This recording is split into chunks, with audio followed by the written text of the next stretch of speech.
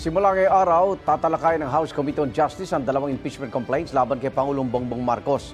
Lumutang naman ang usapin ng charter change matapos pagtibayin ng Korte Suprema ang desisyon nito sa Articles of Impeachment laban kay Vice President Sara Duterte. May unang balita si Jonathan Andal.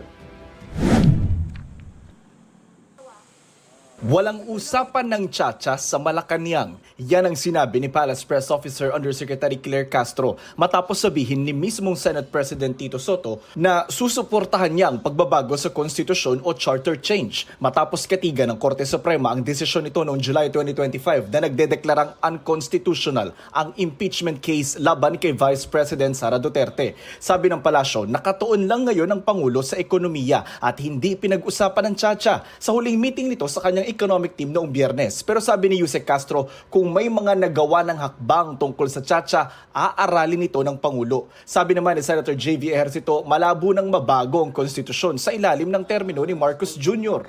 Wala na, halos 2 taon na lang. Talagang mahirap na yata ihabol. Sa ngayon, no? Open po ako dyan, pero pag-aralan muna natin. Kasi pag binuksan mo yan, maaaring mabuksan na rin yung ibang mga bagay, no? Hindi lang yung isang probisyon. Sabi naman ng Akbayan Party List na minorya sa Kamara, hindi ito ang panahon para sa tsa-tsa.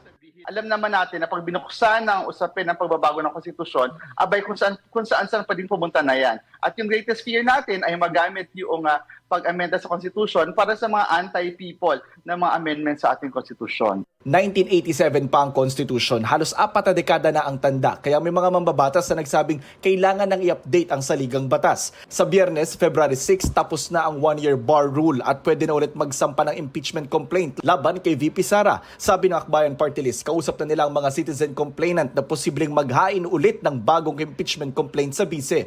Wag lang daw sanang may mauna mag-file ng mahinang impeachment para lang umandar na ulit ang 1-year bar rule. Samantalang impeachment complaint naman laban kay Pangulong Bongbong Marcos, sisimulan ng dinggin ng House Committee on Justice sa pamumuno ni Congresswoman Jervel Luistro. Ang agenda, initial consideration ng 2 verified complaints sa Pangulo. Una, ang inihain ni Attorney Andre De Jesus at inendorso ni Congressman Jet Nisay ng Pusong Pinoy Party List.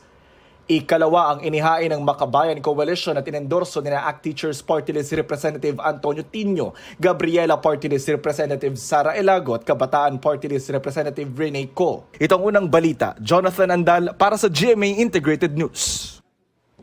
Igan, mauna ka sa mga balita, mag-subscribe na sa GMA Integrated News sa YouTube para sa iba't ibang ulat sa ating bansa.